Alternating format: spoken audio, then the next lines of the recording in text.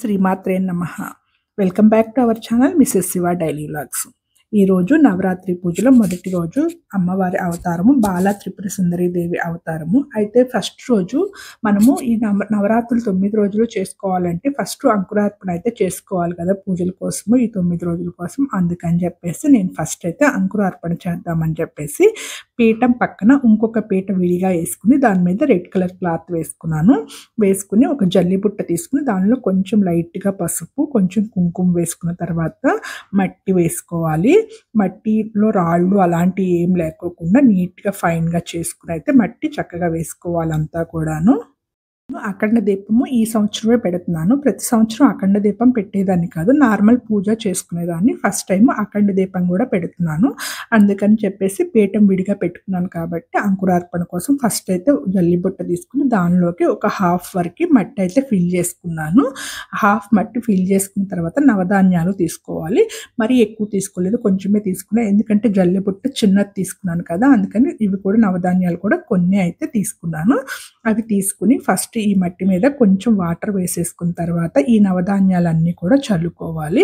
ఇవి ముందలైనా చేసుకోవచ్చు, అంటే ఈ పూజకు ఒక 3 days ముందలైనా చేసుకోవచ్చు. బట్ నేను అమావాస్య అవన్నీ ఉన్నాయి వద్దు అని చెప్పేసి పూజ రోజు ఫస్ట్ పూజ స్టార్ట్ చేయకముందులో ఫస్ట్ ఈ పని అయితే చేసుకుని తర్వాత పూజ పనులు అయితే స్టార్ట్ చేసుకున్నాను అనమాట. ఇంకా నవధాన్యాలు చల్లుకున్న తర్వాత దాని మీద ఒక పావు వంతు మట్టి అయితే ఫిల్ చేసేసాను, అంటే అవి బయటికి కనిపించుకోకుండా మట్టి అంతా ఫిల్ చేసేసి తర్వాత దాని మీద అయితే వాటర్ స్ప్రింకిల్ చేసుకున్నాను. ప్రాసెస్ అంతా కొంతమందే చేస్తారు ఈ పూజలో, బట్ చేసుకుంటే చాలా మంచిది. అయితే ఇది 9 daysకి చక్కగా మొలకలు వచ్చి పెద్దగా అవుతాయి అన్నమాట. అలా పెద్దగా అయిన వాటిని మనకి గోవులు ఉంటే గోమాతలకు పెట్టుకోవచ్చు, లేదంటే వాటర్లో కలిపేసి రావచ్చు, ఎలా అయినా పర్లేదు. నేను ఆ రోజు ఎట్లాగైనా సరే ఇవన్నీ తీసుకుని కృష్ణా రివర్ దగ్గరికి వెళ్దాం అనుకున్నాను. పువ్వులు అవన్నీ నిర్మాల్యం అంతా తీసుకుని ఆ రోజు అయితే కృష్ణా నదిలో ఇదంతా కూడా కలిపేసి వద్దాం అనుకున్నాను. అందుకని చెప్పేసి ఫస్ట్ అయితే ఈ పని అయితే స్టార్ట్ చేసుకున్నాను. ఇంకా అంతా కూడా చక్కగా అంకురార్పణ కార్యక్రమం అంతా అయిపోయిన తర్వాత అయితే పూజ కోసం అంతా కూడా రెడీ చేసుకున్నాను. అంకురార్పణ కంపల్సరీ చేసుకోవాలంటే ఎవరి ఇష్టం వాళ్ళది, కొంతమంది చెయ్యరు, మన ఇష్టం, అది మన చాయిస్. నేనైతే చేయాలనుకున్నా, ఎందుకంటే ఈ సంవత్సరమే ఫస్ట్ టైం అఖండ దీపం పెడుతున్నాను కాబట్టి అంత చక్కగా ప్రాసెస్ కరెక్ట్గా చేసుకోవాలి అనుకున్నాను. అలాగే చేసుకుంటున్నాను అనమాట. పూజ చేసుకోవడానికి ముందర మనసు చాలా ప్రశాంతంగా ఉంచుకోవాలి. అన్ని పనులు కూడా నిదానంగా చేసుకోవాలంటే ముందల రోజు నుంచే మనం అన్ని ప్రిపేర్ చేసుకుంటే అప్పటికప్పుడు అంత టెన్షన్ అయితే ఉండదు. ఇంకా పీఠం పెట్టుకున్న తర్వాత దాని మీద కొంచెం బియ్యం వేసుకోవాలి. బియ్యము కొంచెం ఎక్కువగానే వేసుకుంటారు, కానీ నేనేంటంటే ప్రతిరోజు కూడా అమ్మవారి దగ్గర క్లీన్ చేసుకోవాలి కదా. బియ్యం మరీ ఎక్కువగా ఉంటే అమ్మవారి పట్టం దగ్గర అటు ఇటు ఇదవుతాయి, అంటే కొంచెం క్లీన్ చేస్తున్నప్పుడు జరిగిపోతూ ఉంటాయి, ప్రాబ్లం అవుతుందని కొన్ని బియ్యమే ఒక 3 సార్లుగా కొన్ని బియ్యం అయితే వేసుకున్న తర్వాత అమ్మవారి పట్టాన్ని అయితే అక్కడ పెట్టుకున్నాను. తర్వాత ఫస్ట్ టైం అయితే నేను దీపం పెడదాం అనుకున్నాను కదా అఖండ దీపం, దానికోసం అయితే ప్రాసెస్ స్టార్ట్ చేసుకుని ఫస్ట్ కొంచెం పసుపు కుంకుమ వేసుకుని పీఠం ముందర అమ్మవారి పట్టం పక్క నేను కొత్త నాప్కిన్ ఒకటి వేసుకున్నా. నాప్కిన్ వేసుకోకపోయినా ఏం కాదు, క్లాత్ మీద పెట్టేయచ్చు, కానీ డైరెక్ట్గా నాకు ప్రాబ్లం ఏంటంటే ఎక్కడన్నా కొంచెం ఆయిల్ చిందినా లేకుంటే కొంచెం ఏమైనా పీఠానికి వేడి తగిలిన ప్రాబ్లం అవుతుంది అని చెప్పేసి నేను కింద కొత్త నాప్కిన్ వేసుకుని దాని మీద అయితే పెద్ద ప్రమిది పెట్టుకున్నాను. పెద్ద ప్రమిది పెట్టుకుని దానిలోకి నేనైతే గోధుమలు వేస్తున్నాను. నవధాన్యాలు ఉంటే ఫుల్గా నవధాన్యాలు వేసేసుకోవచ్చు. నేనేం చేశానంటే ఫుల్గా గోధుమలు పోసేసి దానిపైన నవధాన్యాలు కొన్ని అయితే చల్లాను. నా దగ్గర కొన్ని నవధాన్యాలే ఉన్నాయి, అందుకని లాస్ట్లో ఫైనల్గా కొన్ని నవధాన్యాలు అయితే వేశాను. మన దగ్గర ఉంటే దాని నిండా నవధాన్యాలు నింపుకుంటే ఇంకా మంచిది. చాలామంది రైస్ మీద పెడతారు, బట్ నాకు తెలిసిన పూజారి గారు అయితే అలా పెట్టొద్దని చెప్పారు, రైస్ మీద పెట్టకూడదు. కావాలంటే మీరు ధాన్యం ఉంటుంది కదా వడ్లు, వాటి మీద అయినా పెట్టుకోవచ్చు, కానీ డైరెక్ట్గా రైస్ మీద పెట్టకూడదు అని చెప్పారు. అందుకని నేను గోధుమలు వేసి గోధుమల పైన కొన్ని నవధాన్యాలు వేసి దానిపైన అయితే నేను దీపం వెలిగించుకునే ప్రమిద అయితే పెట్టుకున్నాను. కొంచెం పెద్ద ప్రమిదే తీసుకున్నాను, నేనైతే మట్టి ప్రమిదలో చేస్తున్నాను. కొత్తది మట్టి ప్రమిద అయితే కొనుక్కొని వచ్చాను. దానికి కొంచెం గంధము పసుపు బొట్లు అన్నీ పెట్టేసుకుని తర్వాత ఆయిల్ అయితే ఫిల్ చేసుకుంటున్నాను, నువ్వుల నూనె వేస్తున్నాను. ఆయిలు ఫుల్‌గా వేసేసి ఒత్తి అయితే ఇప్పుడు వేస్తా. ఒత్తి ముందలే నానబెట్టుకోమని చెప్పారు. బట్ నేనైతే ఒత్తి ముందల నానబెట్టలా. కానీ ముందల నానబెట్టుకుంటే నయం ఆయిల్‌లో సోక్ చేసుకొని పెట్టుకుంటే ముందల రోజే బా ఎలుగుతుందంట. నేనైతే అప్పటికప్పుడైతే వేసి పక్కన పెట్టేసుకున్నా. అంటే పూజ ముందులే ఇది ప్రిపేర్ చేసుకొని, రెడీ చేసుకొని పక్కన పెట్టేసుకొని తర్వాత కలశానికైతే రెడీ చేసుకుంటున్నా. మాకు కలశం ఆనవాయితీ ఉంది. అందుకనైతే కలశం రెడీ చేస్తున్నాను. కలశానికి ఎప్పుడు కూడా మొత్తం అంతా బొట్లు, పసుపు బొట్లు పెట్టుకుంటే బావుంటది. నేను కూడా ఎప్పుడు అలానే పెడతా. ఫస్ట్ టైమ్ అయితే ఇలా ట్రై చేశా. పెద్దది పసుపు బొట్టు పెట్టి దానికి కొంచెం కుంకుమ బొట్టు పెట్టాను. చాలా బావుంది. ఇంకా దానిలోకి వాటర్ అయితే నేను కృష్ణా నదికెళ్ళి కృష్ణా నది నీళ్లు తీసుకొచ్చాను. అంటే మాకు ఒక 40 మినిట్స్ డిస్టెన్స్‌లో కృష్ణా నది ఉంది.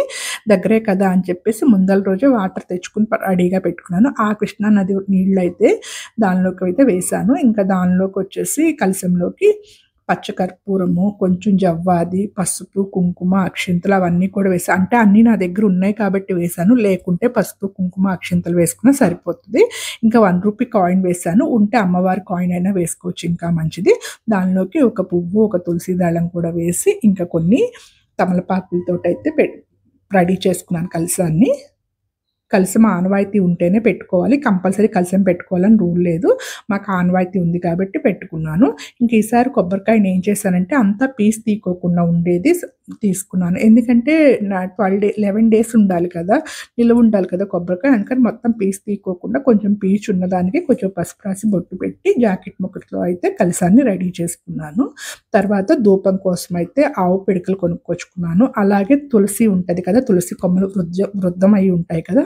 వాటిని తీసుకొచ్చి చిన్న చిన్న ముక్కలుగా చేసి అవి కూడా వేసుకుని కొంచెం పచ్చ కర్పూరం వేసుకున్న స్మెల్ కోసం అని చెప్పేసి ఇంకా ముద్ద కర్పూరం వెలగడం కోసం ముద్ద కర్పూరం కొంచెం సాంబ్రాణి పొడి ఇవన్నీ వేసుకుని ముందలైతే దీన్ని ధూపం కోసం రెడీ చేసుకుని పెట్టుకున్నా. అంటే పూజ స్టార్ట్ చేసిన తర్వాత మళ్ళీ అప్పుడు మధ్యలో ఈ ప్రాసెస్ అంతా చేయాలంటే కష్టం కదా!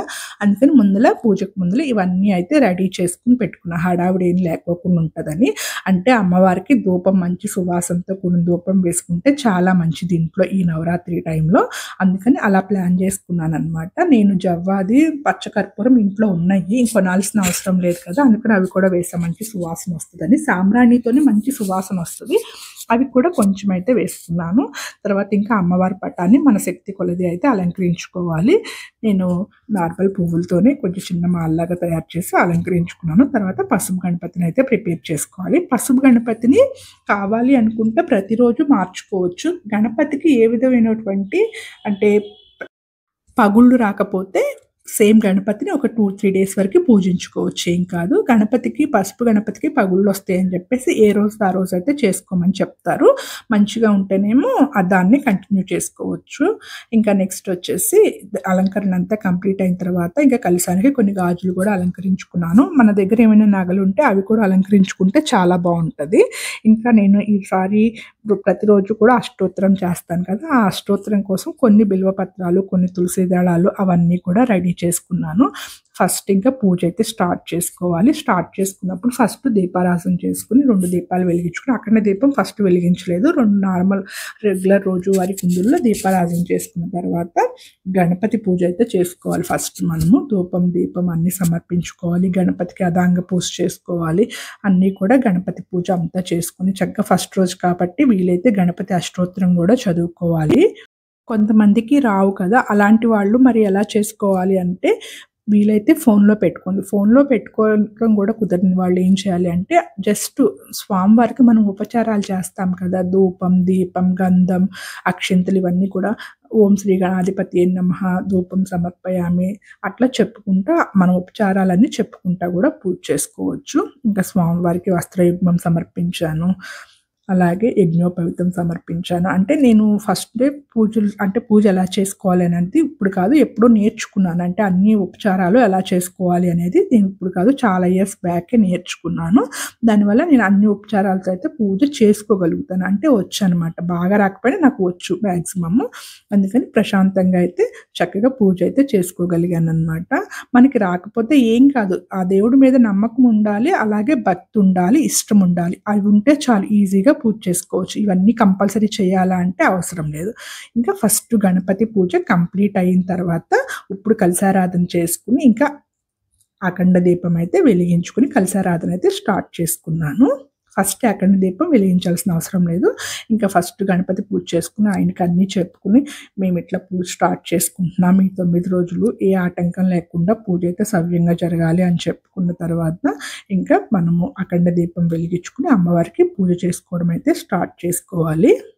నాకు చాలా ఇష్టము అభిషేకం చేసుకోవడం అంటే. ఇంకా అభిషేకం కూడా అయితే చేసుకున్నాను. ఫస్ట్ అభిషేకానికి అన్నీ రెడీ చేసి పెట్టుకున్నాను. నా దగ్గర లక్ష్మీదేవి కాయిన్ ఒకటి చిన్నది ఉంది.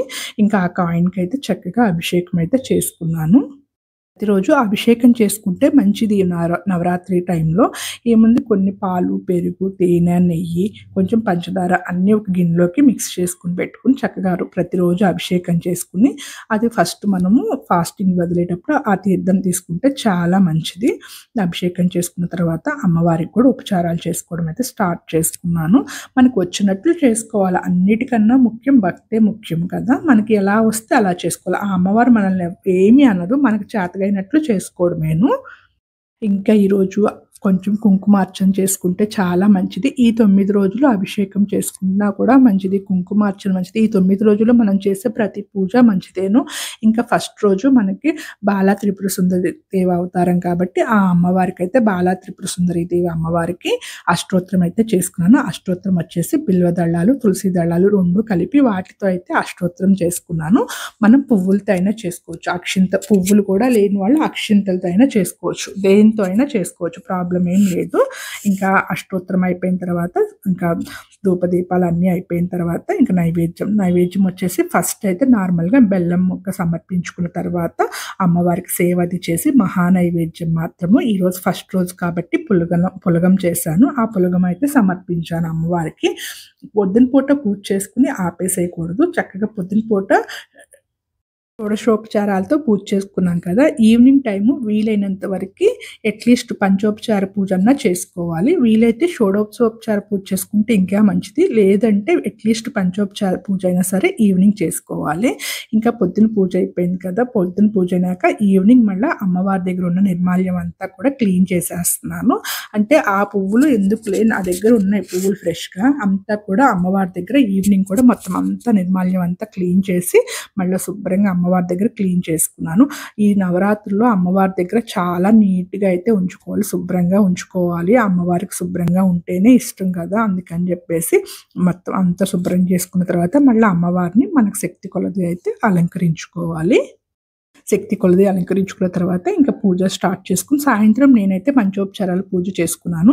పొద్దున సాయంత్రం 2 సార్లు కూడా నేను లలితా సహస్రనామం పారాయణ చేశాను. అలాగే ఈరోజు బాలా త్రిపుర సుందరి దేవి అవతారం కాబట్టి పొద్దునేమో అమ్మవారికి బిల్వదళాలు ఇంకా తులసి దళాలతో అష్టోత్తరం చేశాను కదా, సాయంత్రం ఏం చేశానంటే కుంకుమతో చేశాను అష్టోత్తరము. ఈ నవరాత్రుల్లో కుంకుమతో అష్టోత్తరం చేయడం అనేది చాలా మంచిది. ఇంకా మనం నిత్య దీపారాజన ఉంటుంది కదా, అది కూడా కంపల్సరీ ప్రతిరోజు నిత్య దీపారాజన చేసుకున్న తర్వాత ఈ పూజ అయితే స్టార్ట్ చేసుకోవాలన్నమాట. పొద్దున సాయంత్రం మనం ఇంట్లో నిత్య దీపారాజన అయితే చేసుకోవాలి. చేసుకున్న తర్వాత ఈ పూజ చేసుకోవాలి. ఇంకా సాయంత్రం నేను అష్టోత్తరం అది కుంకుమతో చేసుకున్నానని చెప్పాను కదా, కుంకుమతో అమ్మవారికి ఇంకేమో పులగం ప్రసాదం పెట్టారు కదా, పులగం చేసి అమ్మవారికి. సాయంత్రం వచ్చేసి అటుకుల పాయసం పెట్టాను. శనగలు పెడదాం అనుకున్నాను, బట్ ఇంకా పొద్దున కూడా స్వీట్ ఏం పెట్టలేదు కదా అని అటుకులతో పాయసం చేసి అయితే పెట్టుకున్నాను. అది కూడా చేసుకోలేని వాళ్ళు చక్కగా బెల్లం మొక్కైనా నివేదన చేసుకోవచ్చు, ఏదైనా పెట్టుకోవచ్చు. కొన్ని డ్రై ఫ్రూట్స్ అంటే కొన్ని డేట్స్ అవి పెట్టాను. అఖండ దీపం పెట్టుకుంటే వీలైనంత వరకు ఫాస్టింగ్ ఉంటే మంచిది. నేనైతే ఫ్రూట్స్ తీసుకుని ఫాస్టింగ్ ఉంటున్నాను, అఖండ దీపం పెట్టుకున్నాను కాబట్టి నా పూజ అయితే ఇలా జరిగింది. మీరు పూజ చేసుకున్నారు, ఎలా చేసుకున్నారు ఏంటి అనేది కంపల్సరీ నాకు కామెంట్స్లో అయితే చెప్పండి. వీడియో నచ్చితే కంపల్సరీ లైక్ చేయండి. Thank you for watching this video. Thank you for all. Please like, share and subscribe to my channel.